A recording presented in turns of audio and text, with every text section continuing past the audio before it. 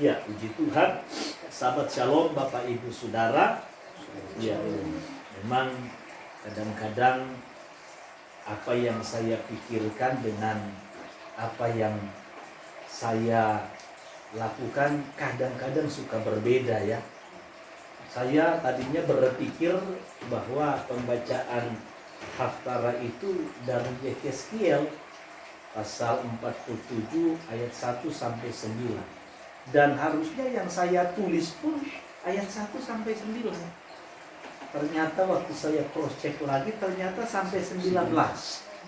Jadi bukan Ibu Gembala yang salah tapi saya. Nah, dan memang agak repot saudara. Untung kadang-kadang kalau keseringan yang model begini ini bahaya. Yang dipikirkan lain tetapi yang dilakukan lain. Yang dipikirkan lain, yang diucapkan lain. Nah, ini bahaya sekali, ya. Karena ini akan terjadi miss, ya. Dan ini biasanya salah satu sumber pertengkaran.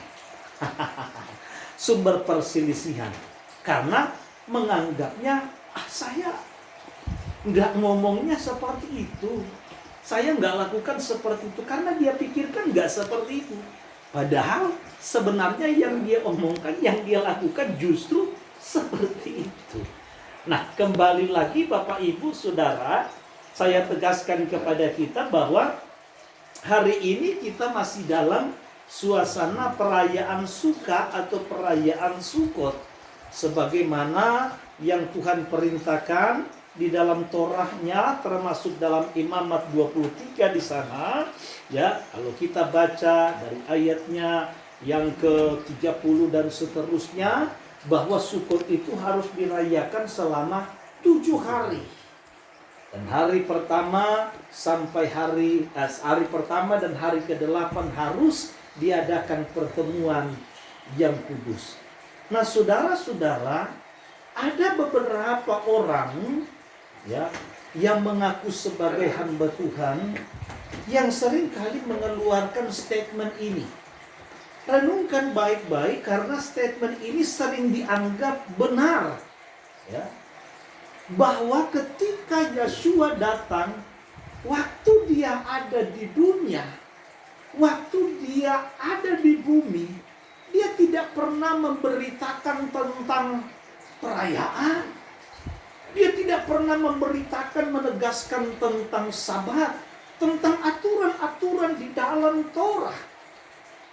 Tetapi kedatangan kehadiran Yeshua ketika dia ada di bumi dalam wujud manusia hanya memberitakan, hanya membawa tentang kabar baik, tentang kabar sukacita yang tidak lain adalah dirinya sendiri sebagai Sang Mesias yang dijanjikan, yang dinubuatkan oleh kitab para nabi, yang dinantikan oleh sebagian besar bangsa Israel saat itu, bahkan sampai saat ini.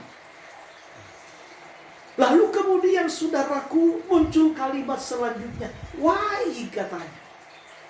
Kenapa dengan gereja Tuhan sekarang? Kenapa dengan hamba-hamba Tuhan sekarang tidak lagi seperti Yeshua ketika dia ada di bumi, hanya mengabarkan kabar baik, berita sukacita, kabar keselamatan, kabar kelepasan? Bukankah juga para murid-muridnya pun melakukan hal yang sama seperti yang dilakukan oleh Yeshua HaMasyiah ketika dia ada di bumi ini? Nah, saudara-saudaraku, tanpa kita memahami dan mengerti keseluruhan di dalam kitab suci ini, kita akan beranggapan bahwa pernyataan ini seolah-olah ini benar sepenuhnya, tanpa kita melihat situasi dan keadaan kondisi saat itu. Saudara-saudara, kenapa di zaman itu Yeshua tidak lagi memberitakan tentang apa yang disampaikan, yang ditulis di dalam Torah? termasuk hari Syabat, termasuk perayaan-perayaan seperti yang kita rayakan saat ini. Karena dari sejak semula, kalau kita baca Matityahu atau Matius pasal 1 ayat yang ke-21, apa yang di sana dikatakan saudara? Matius 1 ayat 21, perhatikan baik-baik. Ia akan melahirkan anak laki-laki dan engkau akan menamakan dia Yeshua, karena dialah yang akan menyelamatkan umatnya dari dosa. Jadi kelahiran Yeshua, kata firman Tuhan, untuk menyelamatkan siapa? Umatnya. Di zaman itu yang disebut umatnya siapa? Israel. Yang disebut umatnya itu bukan bangsa di luar Israel. Perhatikan baik-baik saudara. Bahkan orang Israel sendiri menganggap bangsa-bangsa di luar dari bangsa mereka itu sebagai bangsa yang najis. Sering disebut oleh mereka bangsa-bangsa di luar bangsa Israel, termasuk Samaria yang sudah terkontaminasi, yang sudah dicampur aduk, itu mereka sebut sebagai bangsa yang najis. Ada lagi istilah bangsa yang tidak bersunat, alias bangsa yang tidak bertuhan. Jadi ketika ada kalimat di zaman Yeshua mengacu kepada umatnya, berarti di situ adalah umat Israel. Ya, jadi kelahiran Yeshua HaMashiach, perhatikan situasi dan kondisi ini supaya kita tidak gagal paham. Ya, bahwa Yeshua datang katanya untuk membebaskan umatnya dari dosa. Lalu kita ingat di dalam Matius atau Matityahu pasal 15, ketika ada seorang perempuan Kanaan, waktu anaknya sedang sakit parah, dia sangat menderita. Berulang kali dia datang kepada Yeshua, berseru dan berteriak, Yeshua anak Daud, tolong kasihanilah aku, sebab anakku sedang sakit. Dalam perikop, dalam cerita itu ada satu kalimat, ada satu situasi. Pertama, Yeshua tidak menghiraukan perempuan itu. Dia datang lagi lebih sungguh lagi, berseru dan berteriak, Yeshua anak Daud, tolong kasihanilah aku. Lalu apa yang Yeshua bilang? Aku diutus hanya kepada domba-domba Israel yang terhilang. Perhatikan pernyataan Yeshua. Aku diutus hanya kepada domba-domba Israel yang terhilang. Ya. Jadi hanya kepada siapa? Domba Israel yang terhilang. Seolah-olah perempuan Kanaan ini yang bukan bagian dari bangsa Israel, dia tidak punya hak. Ya. Tidak punya hak atas kuasa, atas kemuliaan yang dimiliki oleh Yeshua HaMashiach. Karena itu dia mau berikan hanya kepada domba-domba Israel yang terhilang. Lalu kemudian di dalam Yohanes atau Yohanan pasal yang ke-11 ayat 50 dan 51. Yohanes pasalnya yang ke-11 ayat 50 dan 51 bilang begini. Dan kamu tidak insaf bahwa lebih berguna bagimu jika satu orang mati untuk bangsa kita daripada seluruh bangsa kita ini binasa. Hal itu dikatakannya bukan dari dirinya sendiri, tetapi sebagai imam besar. Pada tahun itu ia bernubuat bahwa Yeshua akan mati untuk siapa? Untuk bangsa itu. Bangsa siapa yang dimaksud secara konteks? Bangsa Israel, sudah. Jadi baik kelahiran dia maupun waktu dia melayani, dia hidup di dunia sampai kematian dia, Ternyata firman Tuhan menegaskan hanya untuk bangsa Israel. Jadi saudara, bangsa Israel ini dalam Roma 9 ayat yang keempat, kepada mereka lah dipercayakan yang namanya Torah. Kepada mereka dipercayakan kemuliaan. Kepada mereka Tuhan mengikat perjanjian. Kepada mereka lah Tuhan percayakan yang namanya ibadah. Kalau saudara baca Mazmur pasal 147 ayat 19 sampai yang ke-20, hukum-hukum Tuhan itu, peraturan-peraturan Tuhan itu tidak diberikan kepada bangsa-bangsa lain, tetapi hanya diberikan kepada Yakub dan keturunan. Amin. Jadi ketika Yosua datang di tengah-tengah orang Yahudi, lah ngapain dia mau beritakan tentang Sabat? Karena orang Yahudi itu sudah melakukan Sabat. Untuk apa Yosua memberitakan lagi tentang yang namanya perayaan-perayaan? Orang Yahudi telak-telak melakukan perayaan-perayaan yang diperintahkan oleh Yahweh Elohim sebagaimana yang ditulis di dalam Torah. Termasuk Imamat 23 dari ayat yang pertama. Ketika Yosua datang ke dunia ini, dia mendapati dan melihat ada sekelompok orang, dalam hal ini ahli-ahli Taurat, orang-orang Farisi, yang sudah justru mulai melencengkan umat Israel dari makna Torah yang sesungguhnya. Ya, dari makna, dari inti, ya, esensi Torah yang sesungguhnya. Nah, ini yang coba diluruskan oleh Yosua. Misalnya contoh, termasuk berbuat baik pun di hari Syabat, menyembuhkan orang pun di hari Syabat itu tidak diperbolehkan di kalangan orang Yahudi. Ini salah satu bagian yang diluruskan oleh Yosua. Yosua nggak perlu lagi memberitakan tentang Sabat kepada orang Yahudi. Nggak perlu lagi memberitakan tentang perayaan kepada orang Yahudi. Isi di dalam Torah. Karena mereka sudah melakukan hal itu. Maka Rasul Saul atau Rasul Paulus, ketika melihat begitu tegarnya bangsa Israel yang menolak tentang kedatangan Sang Mesias, menolak tentang pribadi Yosua yang datang ke dunia ini, yang adalah Sang Mesias yang mereka nantikan, dia begitu heran. Sehingga Rasul Paulus bilang, bangsa ini secara iman mereka itu adalah seterunya Tuhan. Mereka masih musuhnya Tuhan.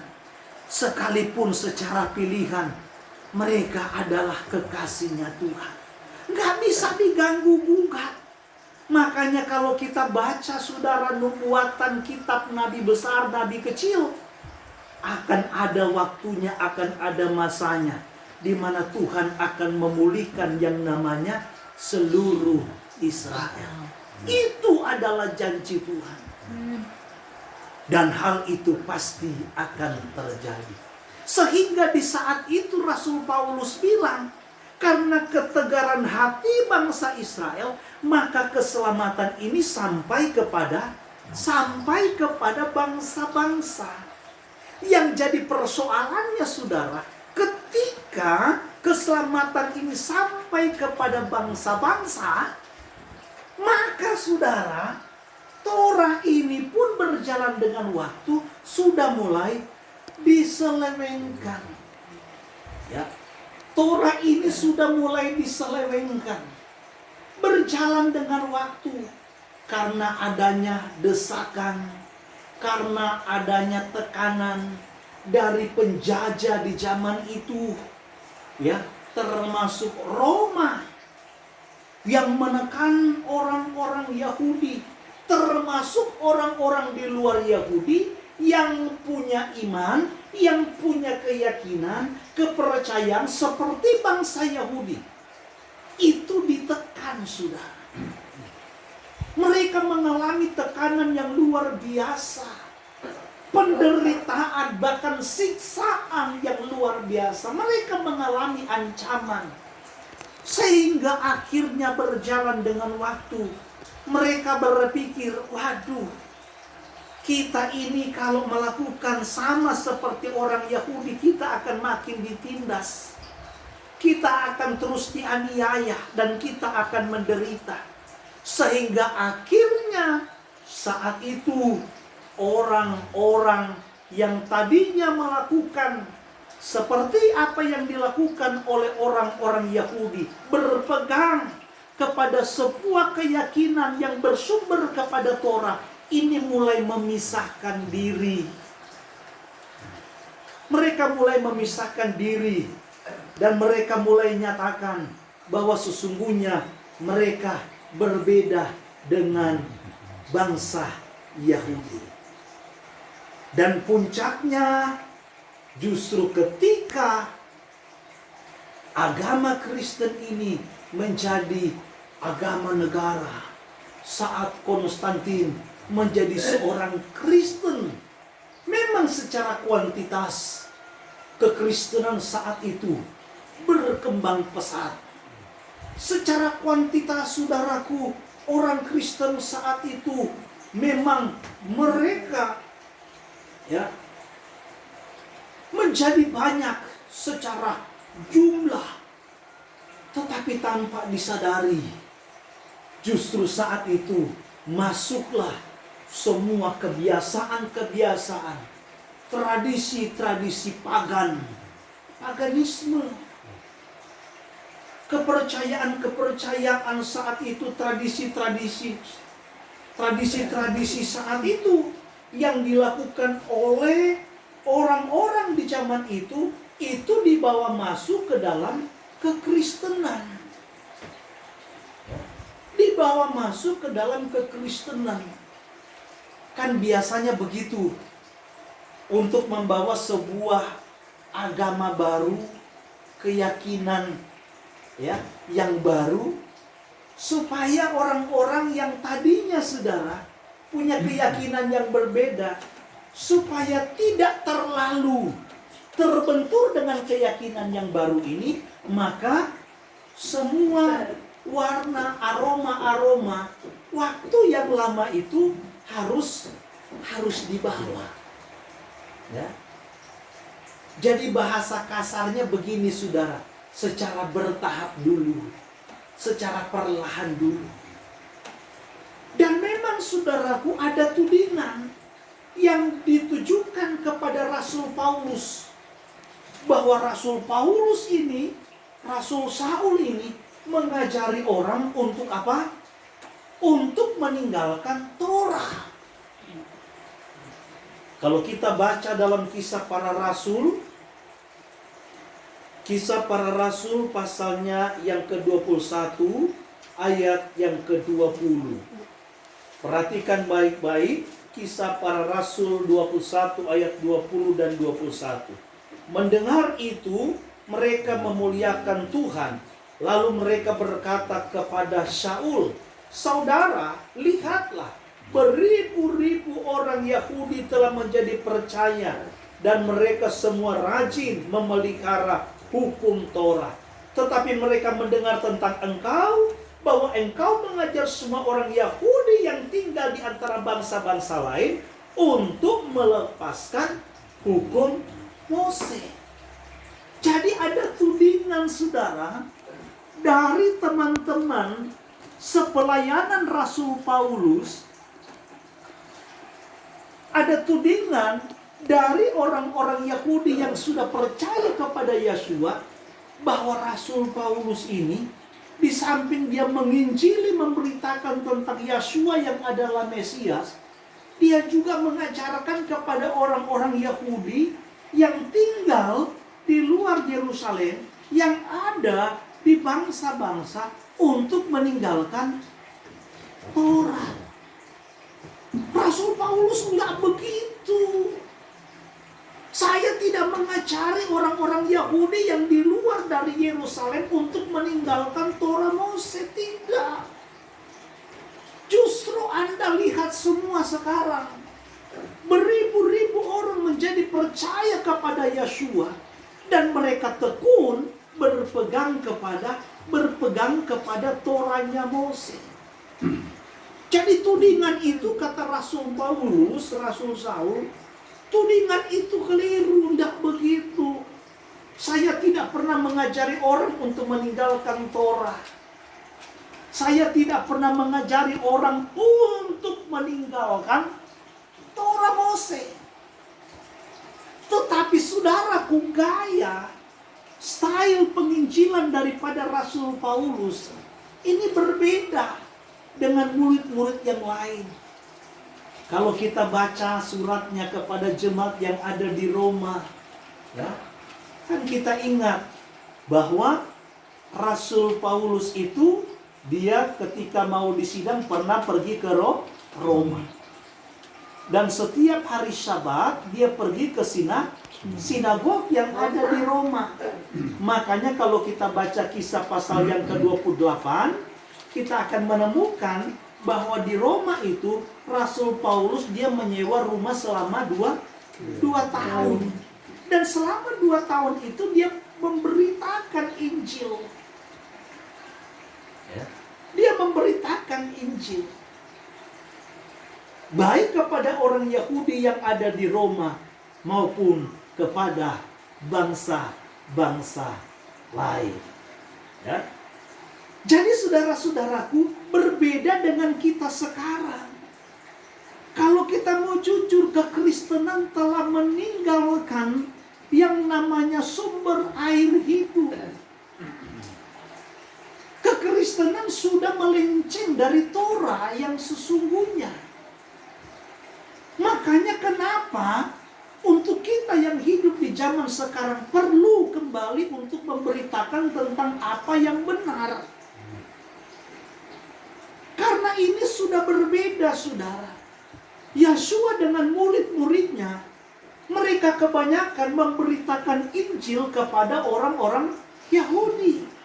Jadi nggak perlu lagi mereka memberitakan tentang Sabat. Nggak perlu lagi mereka memberitakan tentang perayaan. Karena orang Yahudi sudah melakukan hal itu. Berbeda dengan situasi kita sekarang. Makanya Mattityahu atau Matius pasal 7 ayat 21 menegaskan kepada kita. Mengenal namanya saja, berseru kepada nama Yeshua saja tidak cukup.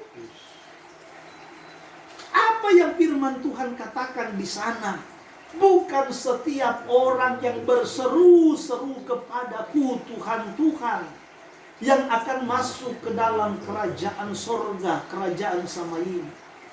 Bukanlah hamba-hamba Tuhan yang mengklaim diri Tuhan, bukankah kami bernubuat demi namamu? Pakai nama yang benar. Bukankah kami melakukan mukjizat demi namamu? Pakai namanya yang benar.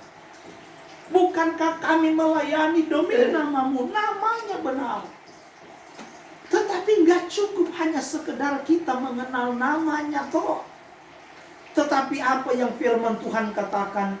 Enyala engkau pembuat kejahatan, pelanggar Torah, dalam bahasa Yunaninya dipakai anomos, yang tidak mengenal hukum, yang tidak mengenal Torah. Aku tidak mengenal engkau.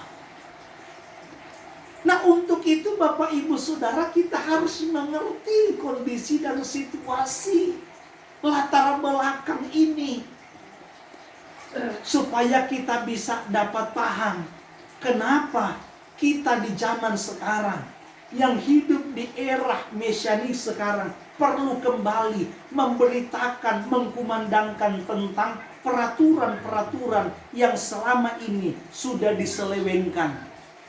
Ya. Baik tentang Torah, baik tentang perayaan tentang Sabat. Ini penting sekali. Karena kekristenan sesungguhnya sudah melenceng. Ya.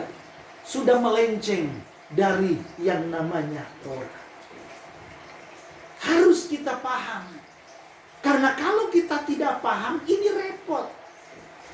Saya berikan contoh berkaitan dengan perayaan yang kita rayakan. Dalam Yohanes pasal 7 ayat 37 tadi yang kita sudah baca. Apa yang firman Tuhan katakan di sana? Firman Tuhan bilang begini. Dan pada hari terakhir, yaitu pada puncak perayaan itu, Yesua berdiri dan berseru, barang siapa haus, baiklah ia datang kepadaku dan minum. Barang siapa percaya kepadaku seperti yang dikatakan oleh kitab suci, dari dalam hatinya akan mengalir aliran-aliran air hidup. Saudara bisa bayangkan, kalau ini kita tidak mengerti konteksnya, ya siapa juga akan bingung. Tiba-tiba Yesua bilang, barang siapa haus, dia harus datang kepadaku. Emang Yesua apa? Lalu kemudian kalau orang haus katanya datang kepada dia seolah-olah tadinya dia dahaga, tadinya dia itu haus, dia terpuaskan. Emang Yesua itu model toren air, keran air atau apa? Siapa yang percaya kepadanya, dari dalam dirinya akan mengalir air hidup, air kehidupan. Nah, tanpa kita mengetahui, saudara, tentang latar belakang dari peristiwa ini, kita juga tidak akan mengerti. Makanya di ayat 37 bilang pada hari terakhir, puncak perayaan Sukot. Nah, berarti hari terakhir itu adalah hari ke-7. Karena di dalam Torah kan diperintahkan umat Israel untuk merayakan Sukot selama 7 hari. Jadi pada hari ke-7 itu adalah puncak. Nah, saudara, hari ke-7 di kalangan orang Yahudi, sekali lagi di kalangan orang Yahudi, mereka memaknainya hari ke-7 itu sebagai Hosana Rabbah. Arti dari Hosana Rabbah itu adalah keselamatan yang besar. Makanya saudaraku, arti Hosana itu bukanlah pujilah Tuhan. Kan kita suka dalam pujian, Hosana, ku memuji Tuhan. Hosana, ku tinggikan Yesua. Seolah-olah arti Hosana itu adalah sebuah bentuk pengagungan, sebuah bentuk penyejungan kepada yang maha tinggi. Bukan. Arti Hosana itu adalah selamatkan. Selamatkan kami. Ya. Jadi ketika saudaraku waktu Yesua mau masuk ke Yerusalem, lalu disambut sama orang-orang, mereka lepaskan jubah mereka, taruh di jalan sepanjang Yesua mau melewati. Dengan daun palem mereka berteriak apa? Hosana anak Daud, Hosana anak Daud. Artinya apa? Selamatkan kami Sang Mesias anak Daud. Selamatkan kami. Jadi kalau di dalam perjanjian baru saudara temukan ada sebuah ungkapan, ya, yang mengacu kepada anak Daud, berarti ungkapan itu merujuk kepada Mesias.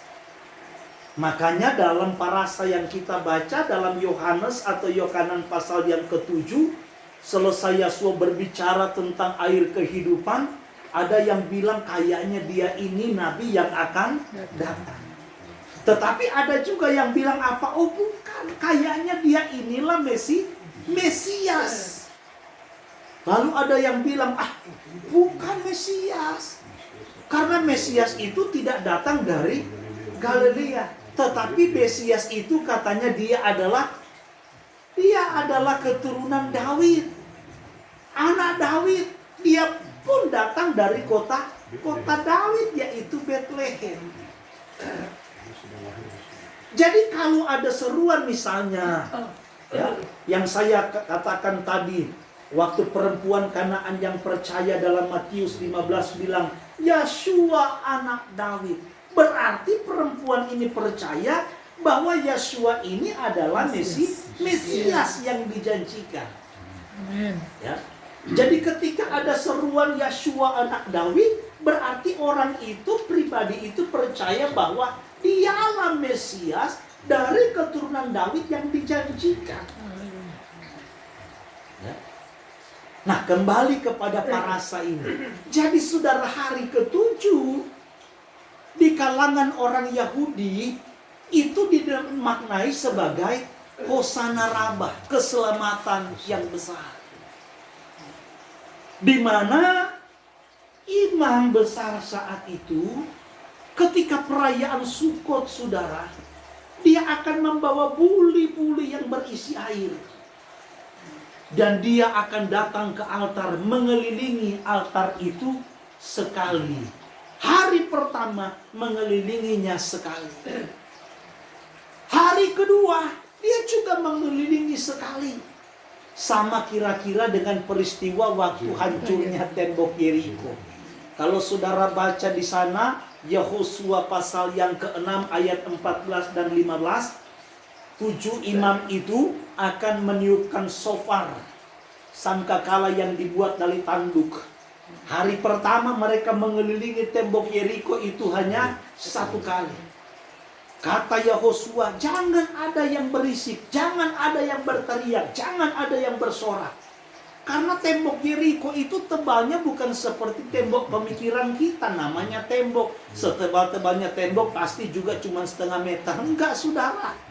Tembok itu orang bisa bangun rumah di atas. Ya. Tembok itu saking tebalnya orang bisa bangun rumah di atas. Nah, saudara bisa bayangkan ketika orang Israel begitu banyaknya mengelilingi tembok itu tanpa berbuat apa-apa. Cuman imam besar 7 orang yang meniupkan sangkakala, meniupkan shofar.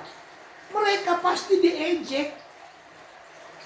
Mereka mungkin juga dilempari. Yehosua bilang, jangan ada yang membalas, yang berbuat sesuatu apapun. Hari kedua mereka mengelilingi, cuman sama. Pasukan yang memegang senjata berjalan di depan tabut. Sementara imam besar 7 orang meniupkan sangkakala. Hari kedua juga tidak terjadi apa-apa. Yehosua bin Nun bilang, jangan ada yang membalas. Sekalipun mungkin mereka itu diejek, mungkin diludahi, mungkin dilempar, jangan ada yang membalas. Tapi hari ke-7 mereka harus memutari tembok itu sebanyak 7 kali. Pada waktu mereka memutari tembok 7 kali, lalu Yehosua bin Nun bilang, bersoraklah saat itu. Ketika mereka bersorak, bayangkan dengan sendirinya tembok itu runtuh dan hancur, roboh. Nah, saudaraku, sama. Imam besar itu harus mengelilingi altar ketika hari ke-7 itu sebanyak 7 kali. Lalu dia akan memecahkan buli-buli itu dan air akan mengalir. Berkaitan dengan air inilah, saudara, tradisi air inilah, Yeshua menghubungkan air itu dengan dirinya. Barang siapa haus, hendaklah dia datang kepadaku. Barang siapa percaya kepadaku, di dalam dirinya akan mengalir air kehidupan. Jadi terkait dengan peristiwa Hosana Rabbah ini, keselamatan yang besar ini, pada waktu puncak perayaan yaitu hari ke-7, saat itulah Yeshua menyatakan, ini aku, sumber air kehidupan. Haleluya. Yang selama ini engkau cari, yang selama ini engkau lakukan, engkau gambarkan itu, ya, bahwa keselamatan air kehidupan itu akan terpancar ini aku, ini pribadinya. Jadi harus kita paham dan mengerti, saudara. Amin. Tanpa kita memahami, ya, apa yang dilakukan oleh orang Yahudi, kita akan gagal paham. Sebuah contoh yang mungkin juga sekarang agak juga cukup menggoncangkan, bahkan membingungkan bagi orang-orang Kristen yang tidak paham. Ada orang bilang, loh, Yesus itu kemana dari umur 12 tahun sampai 30 tahun? Nggak ada katanya catatannya. Ada orang bilang hilanglah. Ada orang bilang pergi ke luar Yerusalem dan yang lain-lain. Karena tanpa mengerti yang namanya tradisi dan budaya orang Yahudi. Kenapa Yeshua nanti umur 30 tahun baru memulai pelayanannya? Kenapa nggak dari muda seperti kita sekarang? Ini kalau kita tidak paham repot. Dicatat dalam firman Tuhan ketika Yeshua disunat umur 8 hari. Dicatat kemudian ketika dia umur 12 tahun. Nah, peristiwa-peristiwa ini peristiwa-peristiwa yang penting di dalam tradisi dan budaya Yahudi. Karena Yeshua secara manusia, dia adalah orang Yahudi. Dari suku Yahuda, dari keturunan Daud. Secara kemanusiaan dia. Makanya nggak mungkin dia langgar, saudara. Ingat, saudara, tradisi orang Yahudi, anak itu, seorang anak kecil, ya, apalagi dia laki-laki, tidak mungkin dia itu, saudaraku, boleh kayak kita misalnya Alkitab lah, kita anggap ini kitab suci. Kalau mereka yang mereka pegang itu kan adalah Torah, ya, Torah dalam bentuk gulungan. Seorang anak kecil itu, saudara, sebelum dia yang namanya akil balik, ya, dalam bahasa Ibrani atau tradisi Ibrani disebut dengan bar mitzvah, ya. Jadi sebelum, saudaraku, dia mencapai usia 12 tahun, dia tidak diperbolehkan untuk membaca yang namanya Torah. Dia hanya boleh baca yang namanya buku tafsiran, yang disebut zaman itu dengan Mishnah, ya, ada Gemara. Anak yang kecil nggak boleh. Nanti ketika dia sudah masuk usia bar mitzvah, baru dia pertama kali boleh membaca Torah. Itu ketika umur 12 tahun. Dan kenapa nanti dia muncul umur 30 tahun? Karena seseorang yang baru bisa mengajar, sekali lagi, saudara, seorang pria baru bisa mengajar, baik di sinagog, apalagi di bait suci, itu kalau dia sudah umur 30 tahun. Di bawah 30 tahun itu dia tidak boleh mengajar. Ya. Nah, umur 30 tahun aja asli orang Yahudi kebanyakan tidak mau dengarkan, apalagi dia kategori belum 30 tahun. Nah, maksud saya, kalau kita memahami dan mengerti ini, kita tidak gagal paham. Ya. Kita tidak gagal paham. Nah, ini kembali lagi kepada konteks termasuk berkaitan dengan perayaan kita hari ini. Yeshua menekankan kepada orang-orang Yahudi saat itu bahwa akulah sumber air kehidupan. Barang siapa yang percaya kepadaku, dari dalam dirinya akan mengalir air kehidupan. Dan air kehidupan ini, saudaraku, itulah Ruah HaKudus yang akan memenuhi kehidupan kita. Sampai kita benar-benar dipenuhi dengan Roh Tuhan, dipenuhi dengan Roh Kudus, dan dipimpin oleh Roh Kudus. Roma 8 bilang, hidup kita harus sampai dipimpin oleh Roh Kudus. Nah, orang-orang yang hidupnya dipimpin dipimpin oleh Roh Kudus. Inilah yang digambarkan oleh Yekezkiel, ya. Ini gambaran saja. Yekezkiel pasal 47 tadi.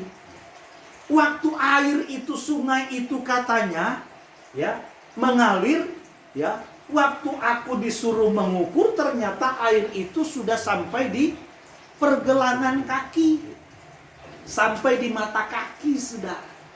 Kalau kita berjalan air, sungai sampai di mata kaki, kira-kira kita bisa jalan leluasa apa enggak? Bisa.